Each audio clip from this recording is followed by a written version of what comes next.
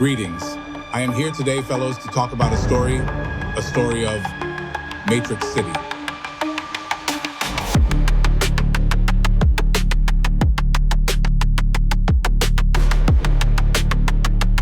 Part 1.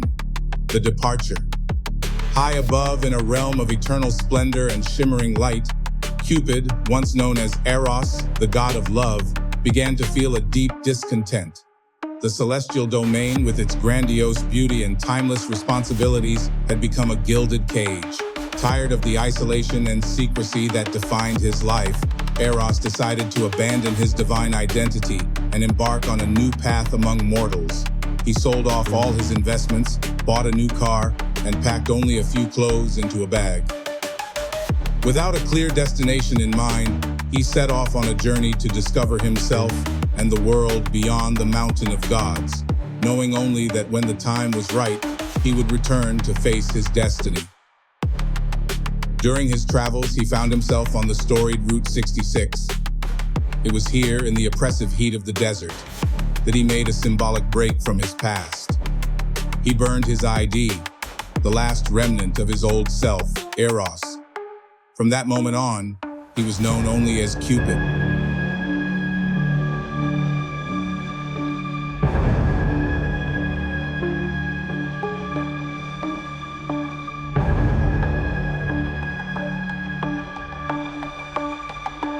Part 2, New Beginnings. The next morning, after a restful sleep, Cupid awoke to a message. "We are in a city called the Hood. Let's meet." Curious and with nothing but time on his hands, Cupid decided to follow this new lead. After a shower, breakfast, and a joint to clear his mind, Cupid packed his belongings, grabbed a cup of coffee, and set off for the Hood. It was here that he found not just friends, but a new family, a tight-knit group who accepted him for who he was, not who he used to be. In the Hood, Cupid began to thrive. He found himself drawn to the darker side of life, influenced by his new friends and the raw energy of the streets. It wasn't long before Cupid became deeply involved with the DBG gang, the most violent and notorious group in the city. Here, he discovered a side of himself he never knew existed, one that reveled in the chaos and power that came with the gang life.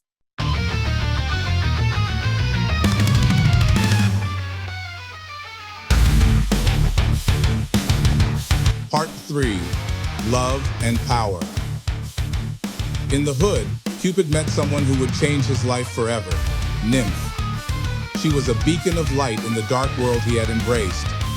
With her unwavering support, Cupid's influence within the gang grew, and together they became a formidable force. Their love story was one of passion and power, and it wasn't long before they welcomed their son, Cupid Jr., into the world. As Cupid's power within the DBG gang grew, so did his ambitions. The Red Devils were born from the union of the most violent members of the DBG gang and the deadly precision of the Yakuza. This new gang quickly became a force to be reckoned with, their brutality and loyalty making them both feared and respected.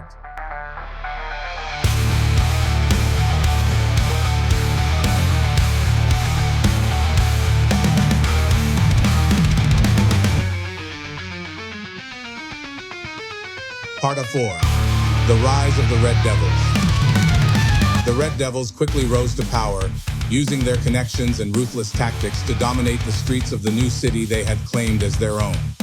Their motto, "Fuck around and find out," embodied their fearless approach to life and crime.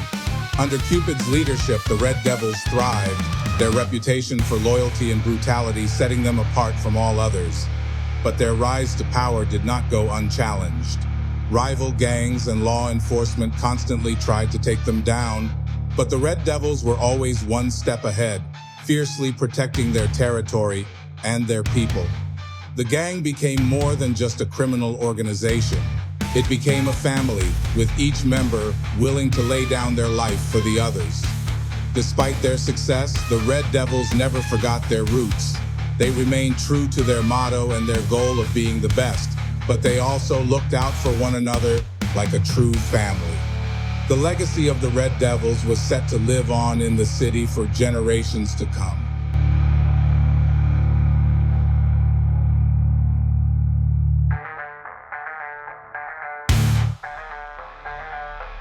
Part 5. The Disappearance of Cupid. As the Red Devils solidified their power, Cupid mysteriously disappeared, leaving his family and gang to fend for themselves. Without his guidance, other organizations began to rise, but the strength of the Red Devils kept them at bay, taking down one rival after another. When things began to spiral out of control, Cupid returned, making a dramatic entrance on a foggy night. The roar of his V12 engine announced his arrival, his red, glowing eyes visible through the darkened windows of his car. His return reignited the gang's resolve, but even with their mayor ready to take control, the city remained a battleground.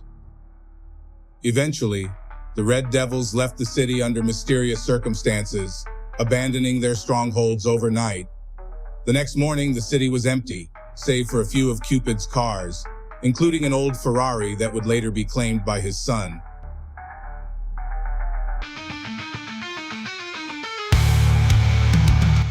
Part 6. Matrix City. Seeking peace and a fresh start for his family, Cupid invested the wealth he had amassed through his life of crime into a small, forgotten town. He began rebuilding it, creating a new economy far from the eyes of the government. This new city, named Matrix City, grew rapidly, attracting attention from those who sought to control it, but it was too late for the government to intervene. The Red Devils squad, now a powerful army, took control of the city, establishing their own authority and defending it against any outside interference.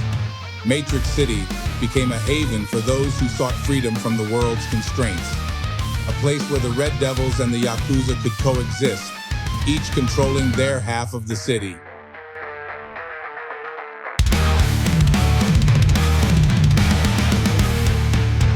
Part 7.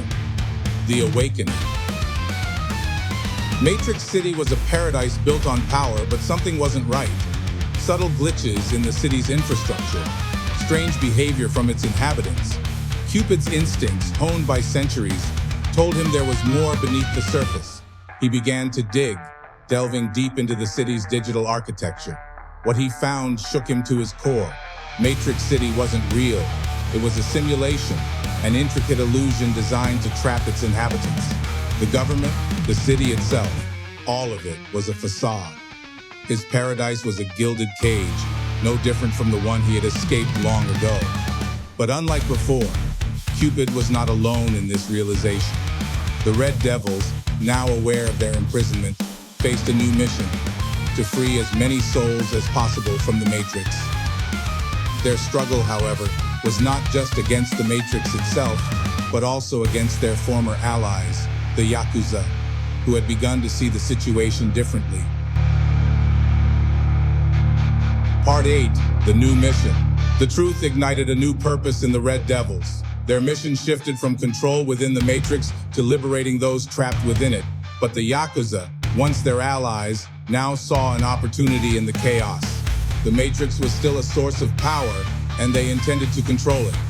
Tensions between the Red Devils and the Yakuza escalated quickly. What was once a powerful alliance turned into a bitter rivalry as both factions sought control over Matrix City. The Red Devils, with their expertise in hacking and subterfuge, began covert operations to awaken those still unaware of the truth. The Yakuza, on the other hand, sought to maintain the status quo, seeing the Matrix as a tool to consolidate their power. Skirmishes broke out, each side testing the other's strength. The city became a battleground, not just against the Matrix's enforcers, but between the Red Devils and Yakuza, each vying for control of the Matrix's resources and the minds of its people. Part 9. The Battle of Neo and Smith. Amidst the chaos, a monumental battle was unfolding in the heart of the Matrix, one that would determine its fate. Neo, the Chosen One, faced off against Agent Smith, a rogue program with a singular goal: domination.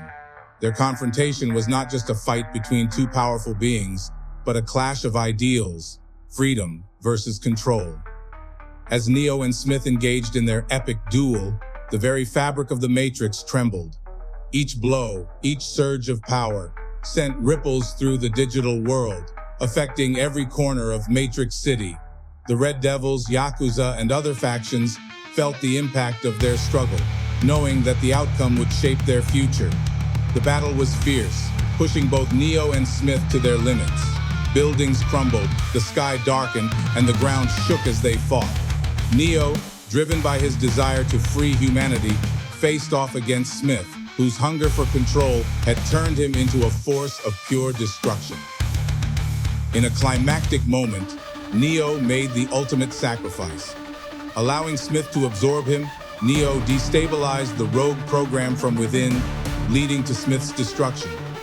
Neo's selflessness triggered a transformation within the Matrix, forcing the machines to reconsider their relationship with humanity.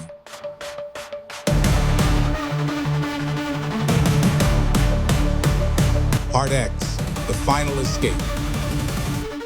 As Neo's sacrifice reverberated through the Matrix, the digital structures began to fracture, revealing the harsh reality beyond. The citizens, still unaware of their true confinement, continued living their lives within the crumbling illusion. For most, the Matrix remained their only reality. The Red Devils, focusing on their mission to awaken as many as possible, worked tirelessly to create exit points, gateways out of the virtual construct. But the Matrix still held sway over much of the digital world, and its agents were relentless in their efforts to maintain control. The Yakuza, now fully committed to their own vision of power within the Matrix, became another formidable obstacle. In a climactic struggle, the Red Devils succeeded in destabilizing key systems of the Matrix, but complete freedom remained elusive. The Matrix, though weakened, still exerted its influence, and the battle between freedom and control continued.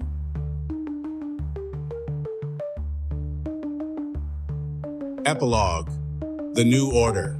In the aftermath of Neo's sacrifice and the partial collapse of the Matrix, the world within Matrix City became more unstable than ever. The Matrix, though weakened, still controlled a significant portion of the digital realm. Its agents, ever vigilant, continued to patrol the city, ensuring that the majority of its inhabitants remained unaware of the truth.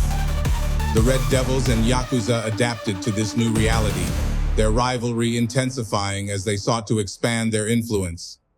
The mantra of the Red Devils became clear: if you are not one of us, you are one of them. They continued their mission to awaken souls, battling both the Matrix and the Yakuza in the process. Matrix City thrived as a vibrant, bustling urban center, but beneath the surface, the struggle for power raged on. The citizens, living their lives between the realms of awakening and ignorance, experienced the full spectrum of urban life, from parties and conflicts to the seedy underbelly of prostitution and crime. While some began to question their reality, most remained blissfully unaware of the deeper truth, kept in check by the Matrix's agents. The city became a battleground for the soul of its people, with the Red Devils, Yakuza, and other factions like Neo's team and Morpheus's rebels fighting for control. The struggle for freedom, power, and dominance continued beneath the surface of everyday life, as Matrix City remained a place where the lines between reality and illusion blurred, and the battle for the future of humanity played out in the shadows.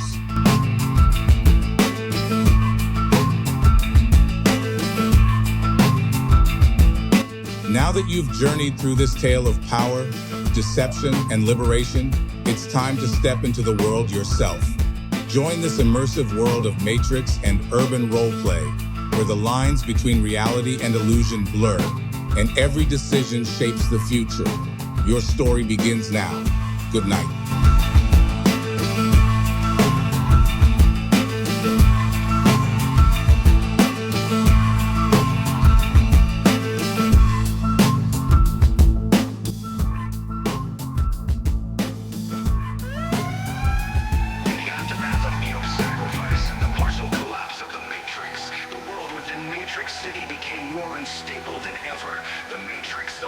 Still controlled a significant portion of the digital realm. Its agents, ever vigilant, continue to patrol the city, ensuring that the majority of its inhabitants remain unaware of the truth. The Red Devils and Yakuza adapted to this new reality, their rivalry intensifying as they sought to expand their influence. The mantra of the Red Devils became clear. If you are not one of us, you are one of them. They continued their mission to awaken souls, battling both the Matrix and the Yakuza in the process.